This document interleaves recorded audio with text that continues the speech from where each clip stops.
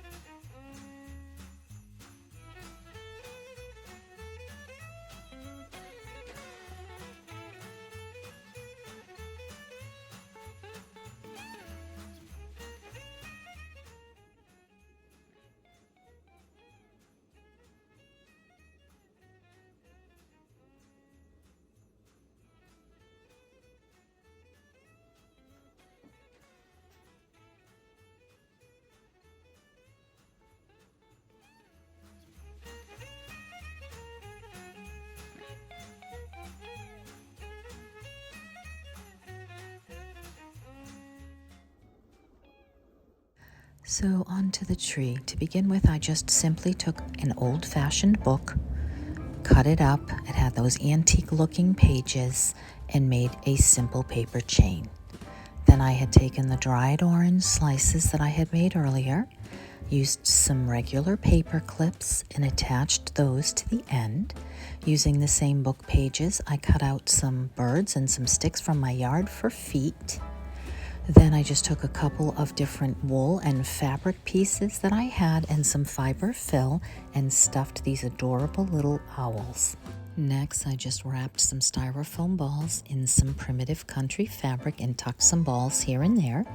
And then I had taken a couple of those plastic or glass balls from the dollar store, decoupaged the book paper on it and made a tag, antiqued it with a tea dye and wrote the word Noel.